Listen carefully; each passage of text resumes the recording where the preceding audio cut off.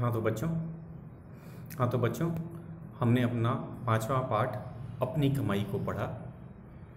हमने क्या जाना इसमें कि अपनी कमाई सबको प्रिय होती क्योंकि वह मेहनत से अर्जित की जाती। इसमें हमने देखा कि जो धनी व्यापारी था उसका पुत्र अपनी कमाई का महत्व जान गया। वह जान गया कि अपनी कमाई सबसे प्यारी होती और व्यक्ति उसे व्यर्थ नहीं करना चाहता।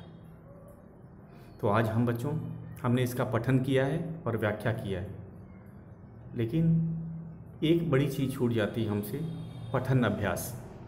हमने देखा है कि बच्चे क्या कर रहे हैं, पठन अभ्यास नहीं कर रहे हैं और हमारे जो वीडियोज़ हैं उसके व्यू भी काफ़ी कम आ रहे हैं। तो एक उसको व्यू बढ़ाना है और पठन अभ्यास ज़रूर करना है, कम से कम एक पाठ का 2 बार।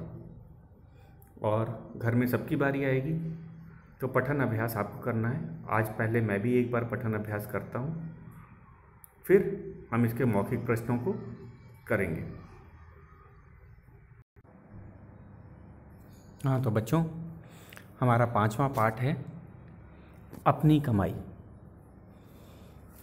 तो पठन अभ्यास के बारे में जैसा मैंने आपको बताया, आपको पठन अभ्यास करना है कम से कम एक पाठ का 2 बार, तभी हमें हर शब्द का उच्चारण आएगा और अर्थ समझ आएगा। और वीडियोज़ की, अब मैं देख रहा हूँ धीरे धीरे बच्चों के वीडियोज़ की व्यूअरशिप कम होती जा रही।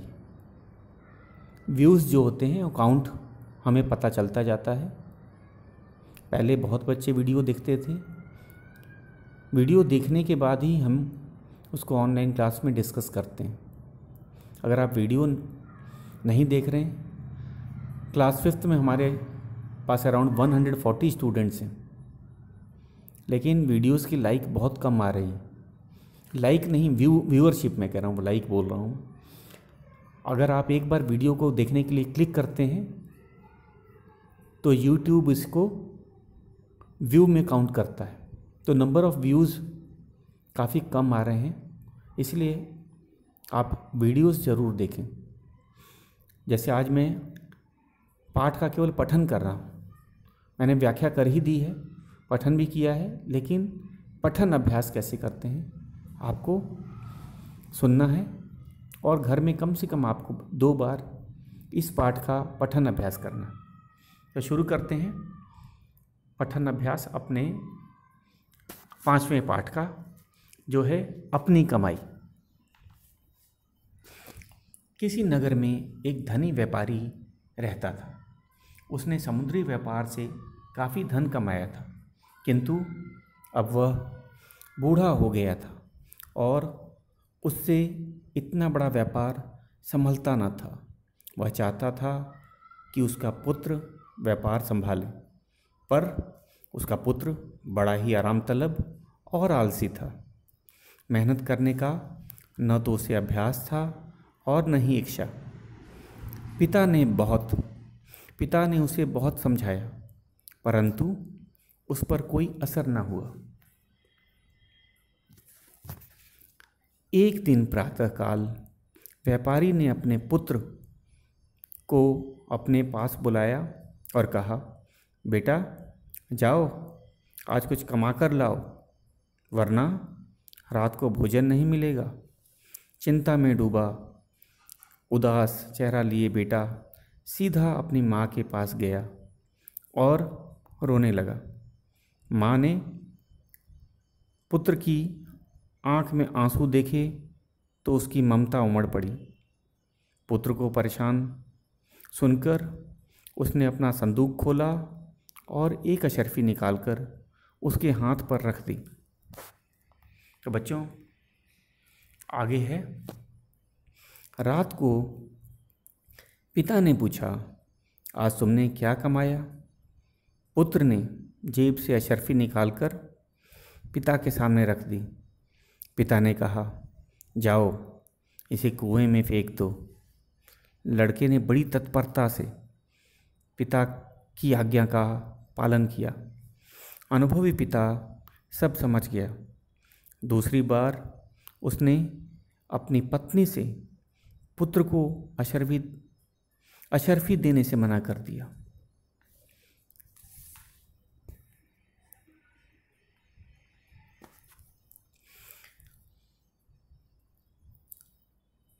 उसने पुत्र को फिर बुलाया और कहा, बेटा जाओ बेटा, कुछ कमा कर लाओ, तभी तुम्हें रात का भोजन मिलेगा। बेटा फिर अपनी माँ के पास पहुँचा। माँ ने आज उसे पैसा देने से मना कर दिया। लड़का बहन के पास जाकर रोने लगा। भाई को रोता देख बहन ने अपना श्रृंगार दान खोला और उसमें से 1 रुपया निकालकर भाई को दे दिया। रात को पिता ने पुत्र से पूछा, बेटा आज तुमने क्या कमाया? लड़के ने जेब से 1 रुपया निकालकर पिताजी के सामने रख दिया। पिता ने कहा, इसे कुएं में फेंक आओ। लड़के ने फिर तुरंत पिताजी की आज्ञा का पालन किया।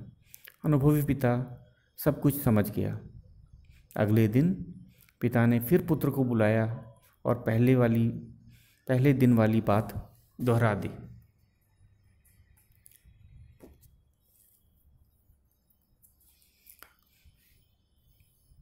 लड़का बारी बारी अपनी माँ और बहन के पास गया, किंतु दोनों ने उसे पैसे देने से मना कर दिया। दोनों ने उसे समझाया कि वह कुछ काम करे। लड़का उदास हो गया। सारा दिन बीत गया, उसके आंसुओं से माँ बहन का दिल न पसीजा। विवश होकर वह उठा और कुछ काम ढूंढने बाजार की ओर निकल गया। दिन ढल रहा था। थोड़ी देर में ही अंधेरा हो जाएगा, कुछ न कुछ तो करना ही पड़ेगा। इसी चिंता में उसकी टक्कर एक सेठ से हो गई। सेठ के पूछने पर उसने बताया कि उसे काम चाहिए। सेठ ने कहा, तुम मेरा यह सामान उठाकर घर तक ले चलो, मैं तुम्हें चवन्नी दूंगा। व्यापारी के लड़के ने सामान उठाया। सामान काफ़ी भारी था। सेठ के घर तक पहुँचते पहुँचते उसके पांव कांपने लगे और वह पसीने से लथपथ हो गया।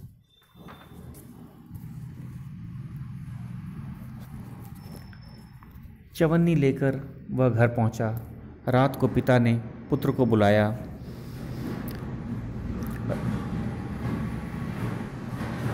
चवन्नी लेकर वह घर पहुंचा। रात को पिता ने पुत्र को बुलाकर पूछा, आज तुमने क्या कमाया? पुत्र ने जेब से चवन्नी निकालकर सामने रखी। पहले दिन की तरह पिता ने कहा, इसे कुएं में फेंक दो। लड़के की आंखें आंसुओं से भीग गई। वह चुपचाप सिर झुकाए खड़ा रहा। पिता ने अपनी बात दोहराई, इस पैसे को कुएं में फेंक आओ। लड़के ने हिम्मत बटोरी और कहा, इस पैसे को कमाने में मेरी गर्दन टूट गई और आप कह रहे हैं कि इसे कुएं में फेंक आओ। अनुभवी पिता सब समझ गया। अगले दिन उसने अपना कारोबार अपने पुत्र को सौंप दिया। बच्चों, इस कहानी के लेखक हैं सुदर्शन।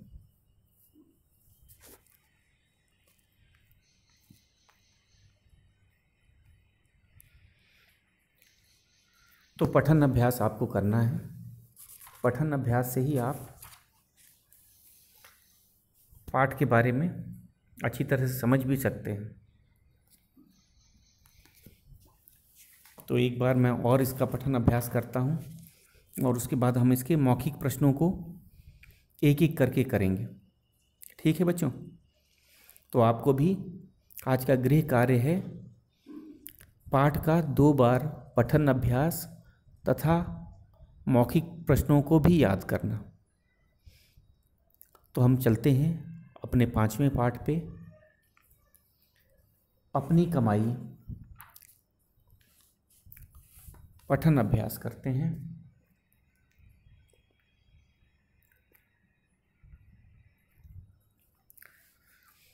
किसी नगर में एक धनी व्यापारी रहता था। उसने समुद्री व्यापार से काफ़ी धन कमाया था, किंतु अब वह बूढ़ा हो गया था और उससे इतना बड़ा व्यापार संभलता न था। वह चाहता था कि अब उसका पुत्र व्यापार संभाले, पर उसका पुत्र बड़ा ही आराम तलब और आलसी था। मेहनत करने का न तो उसे अभ्यास था और न ही उसकी इच्छा। पिता ने उसे बहुत समझाया, परंतु उस पर कोई असर नहीं हुआ। एक दिन प्रातःकाल व्यापारी ने अपने पुत्र को अपने पास बुलाया और कहा, बेटा जाओ और आज कुछ कमा कर लाओ, वरना रात को भोजन नहीं मिलेगा। चिंता में डूबा, उदास चेहरा लिए बेटा सीधा अपनी माँ के पास गया और रोने लगा। माँ ने पुत्र की आंख में आंसू देखे तो उसकी ममता उमड़ पड़ी। पुत्र की परेशानी सुनकर उसने अपना संदूक खोला और एक अशर्फी निकालकर उसके हाथ पर रख दी।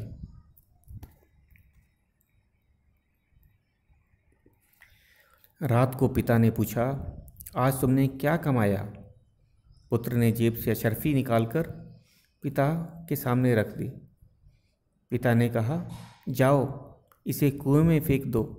लड़के ने बड़ी तत्परता से पिता की आज्ञा का पालन किया। अनुभवी पिता सारी बात समझ गया। दूसरे दिन उसने अपनी पत्नी से पुत्र को अशर्फी देने से मना कर दिया।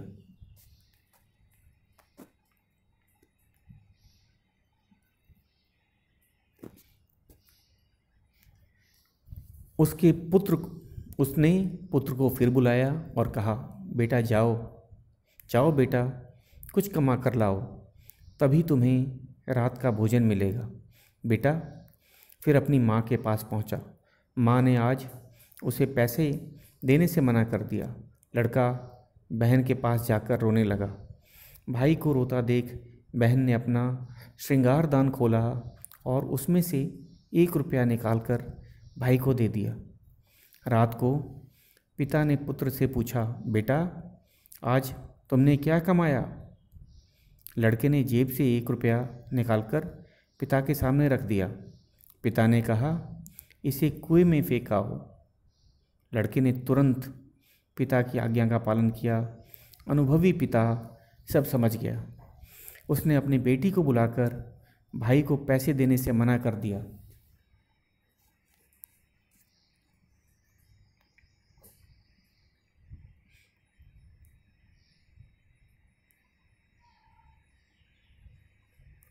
अगले दिन पिता ने फिर पुत्र को बुलाया और पहले दिन वाली बात दोहरा दी। लड़का बारी बारी अपनी माँ और बहन के पास गया, किंतु दोनों ने उसे पैसे देने से मना कर दिया। दोनों ने उसे समझाया कि वह कुछ काम करे। लड़का उदास हो गया। सारा दिन बीत गया। उसके आंसुओं से माँ बहन का दिल न पसीजा। विवश होकर वह उठा और कुछ काम ढूंढने बाजार की ओर निकल गया।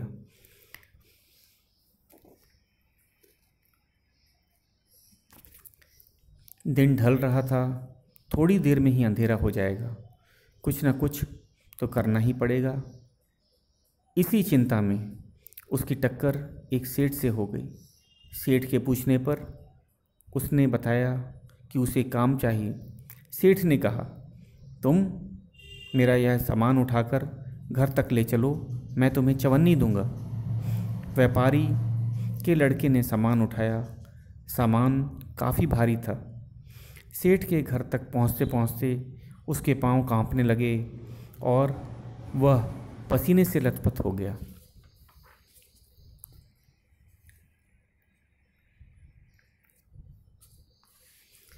चवन्नी लेकर वह घर पहुंचा। रात को पिता ने पुत्र को बुलाकर पूछा, आज तुमने क्या कमाया? पुत्र ने जेब से चवन्नी निकालकर सामने रखी। पहले दिन की तरह पिता ने कहा, इसे कुएं में फेंक दो। लड़के की आंखें आंसुओं से भीग गई। वह चुपचाप सिर झुकाए खड़ा रहा। पिता ने अपनी बात दोहराई, इस पैसे को कुएं में फेंकाओ। लड़के ने हिम्मत बटोरी और कहा, लड़के ने हिम्मत बटोरी और कहा, इस पैसे को कमाने में मेरी गर्दन टूट गई और आप कह रहे हैं कि इसे कुएं में फेंकाओ। अनुभवी पिता सब समझ गया। अगले दिन उसने अपना कारोबार अपने पुत्र को सौंप दिया। इसके लेखक हैं सुदर्शन।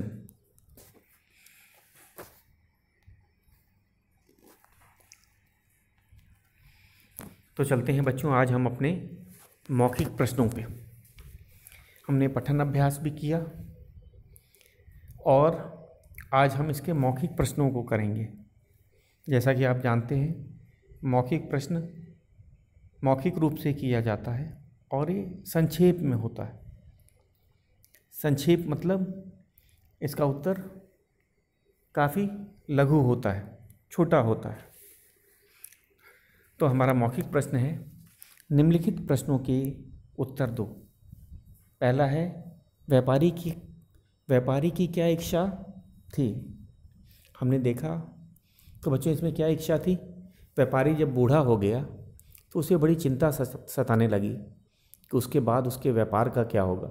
हम लोग जानते ही हैं कि अगर व्यापार काफ़ी परिश्रम से चलता है और उसे इस बात का चिंता था कि उसने अपने जीवन में बहुत कमाया भी था और व्यापार को भी काफ़ी बढ़ाया था। अगर उसका पुत्र बहुत आलसी था तो इसी बात की उसे इच्छा थी कि उसका व्यापार उसका पुत्र अब संभाले। जब व्यक्ति बूढ़ा हो जाता है तो वह चाहता है कि उसका व्यापार उसका पुत्र संभाले। तो यही इच्छा व्यापारी की भी थी। तो व्यापारी की क्या इच्छा थी?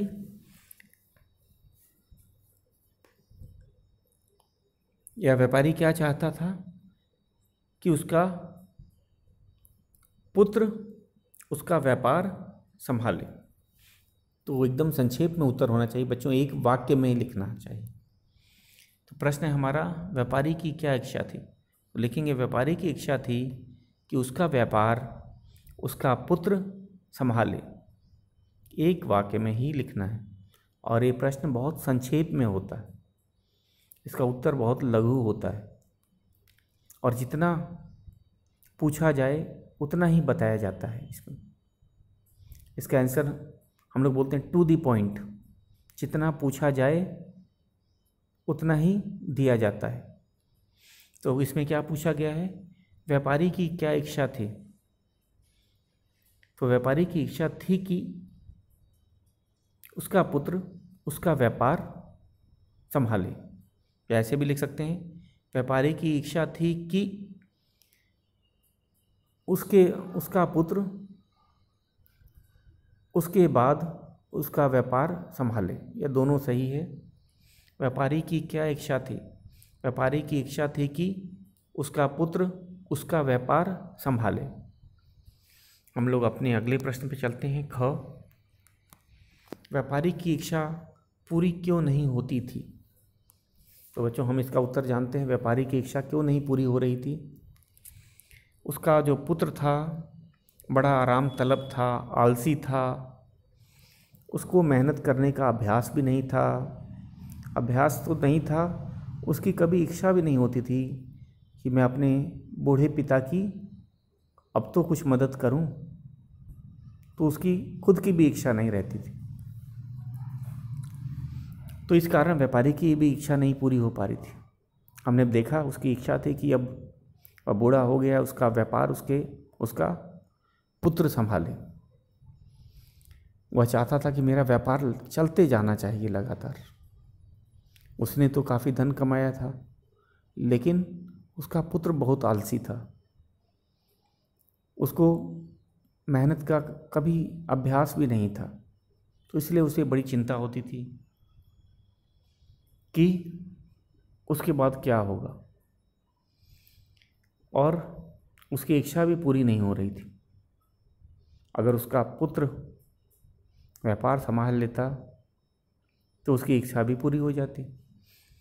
तो हम लोग चलते हैं, इसका हमारा दूसरा प्रश्न है, व्यापारी की इच्छा पूरी क्यों नहीं हो रही थी।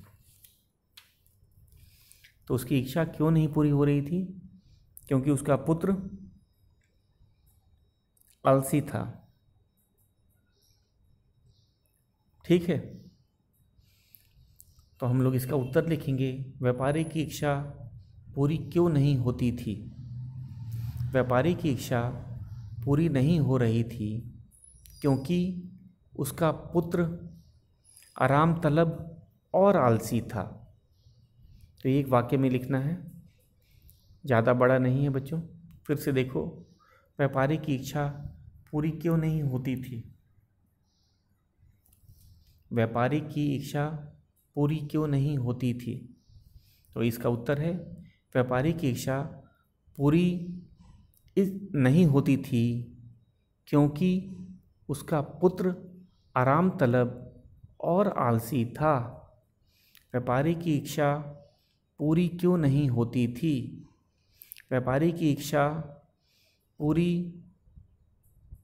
नहीं होती थी क्योंकि उसका पुत्र आलसी और आराम तलब था।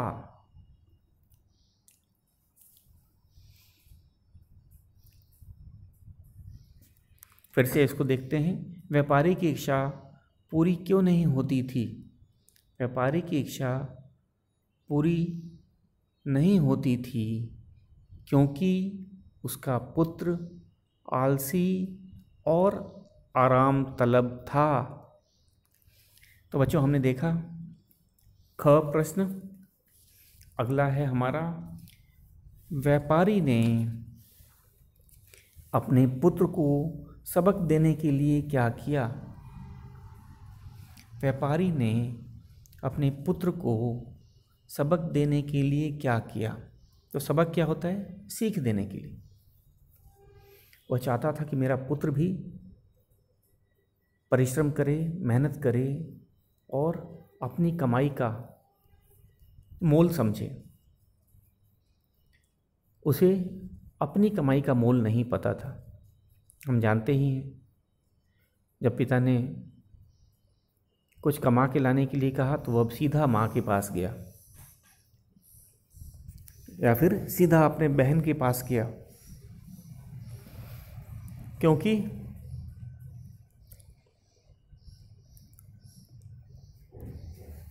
वो बहुत आलसी था, वो मेहनत नहीं करना चाहता था। उसे पता था माँ और बहन मेरी मदद करेंगी, मुझे धन दे दिया जाएगा, तो इसीलिए वो सीधा अपने माँ और बहन के पास गया। और एक और चीज़, हमें कैसे पता चला कि वह अपनी कमाई का महत्व नहीं समझता था? क्योंकि उसने माँ की अशर्फी या बहन का जो 1 रुपया था उसको तुरंत पिता के आदेश पर कुएं में फेंक दिया। लेकिन जब वह स्वयं कमा के लाया तो उसे अपनी चवन्नी, जो 25 पैसे कहे जाते हैं, वो भी अनमोल लगे और उसने पिता को साफ मना कर दिया कि वह इस पैसे को, जो चवन्नी उसने कमाई थी, उसे कुएं में नहीं फेंकेगा। ठीक है, तो ये था। तो व्यापारी ने अपने पुत्र को सबक देने के लिए क्या किया? उसने क्या किया था बच्चों? सबक देने के लिए अपने पुत्र को उसने धन कमा के लाने के लिए कहा था। उसने धन कमा के लाने के लिए, कुछ कमा के लाने के लिए कहा था। वह जानता था कि अगर वह कमा के लाएगा तो अपनी कमाई का महत्व या मूल्य समझेगा। ठीक है बच्चों, तो व्यापारी ने अपने पुत्र को सबक देने के लिए क्या किया? व्यापारी ने अपने पुत्र को सबक देने के लिए उसे कमा के लाने के लिए कहा। उसे कुछ कमा करके लाने के लिए कहा। एक बार फिर से प्रश्न देखते हैं। व्यापारी ने अपने पुत्र को सबक देने के लिए क्या किया? व्यापारी ने अपने पुत्र को सबक देने के लिए उसे कुछ कमा कर लाने के लिए कहा। व्यापारी ने अपने पुत्र को सबक देने के लिए क्या किया? व्यापारी ने अपने पुत्र को सबक देने के लिए उसे कुछ कमा के लाने के लिए कहा।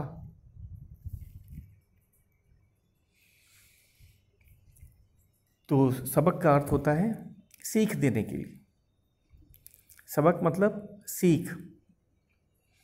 व्यापारी ने अपने पुत्र को सबक देने के लिए क्या किया? व्यापारी ने अपने पुत्र को सबक देने के लिए उसे कुछ कमा के लाने के लिए कहा। व्यापारी ने अपने पुत्र को सबक देने के लिए क्या किया? व्यापारी ने अपने पुत्र को सबक देने के लिए उसे कुछ कमा कर लाने के लिए कहा।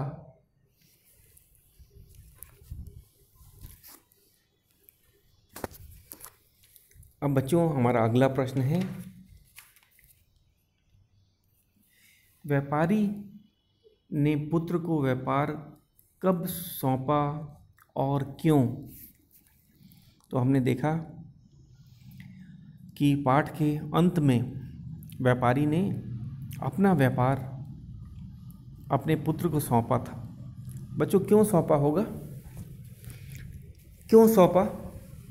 जब व्यापारी को पूरा भरोसा हो गया था कि अब वह अपनी कमाई का महत्व समझ गया है, अब वह उसके व्यापार को अच्छी तरह से संभाल लेगा, क्योंकि वह पैसे का मूल्य जान गया था कि पैसा कैसे कमाया जाता है। तब व्यापारी को पूरा विश्वास हो गया था कि अब मेरा पुत्र मेरा व्यापार संभाल लेगा, इसलिए उसने अपना व्यापार अपने पुत्र को सौंप दिया। तो हमें इसमें 2 उत्तर बताने हैं। पहला, कब सौंपा और क्यों? तो कब सौंपा? जब पुत्र ने अपनी कमाई उन्हें दिखाई। और क्यों सौंपा? क्योंकि पुत्र को अपनी कमाई का महत्व समझ आ गया था। तो बच्चों इसमें 2 उत्तर हैं, कब और क्यों। तो हम कहेंगे जब पुत्र ने अपनी कमाई व्यापारी को सौंपी या दी। और क्यों सौंपा? क्योंकि उसका पुत्र अपनी कमाई का महत्व समझ गया था। तो इसका उत्तर लिखते हैं बच्चों। इसका उत्तर क्या है? व्यापारी ने पुत्र को व्यापार कब सौंपा और क्यों? व्यापारी ने पुत्र को व्यापार सौंपा जब उसने अपनी कमाई दिखाई।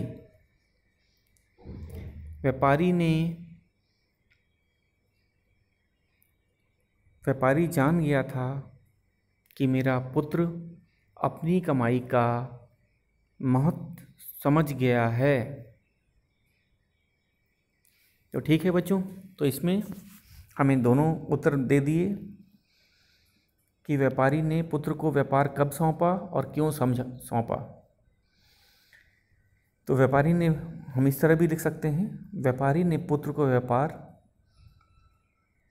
सौंपा जब उसने अपनी कमाई दिखाई, क्योंकि पुत्र अपनी कमाई का महत्व समझ गया था।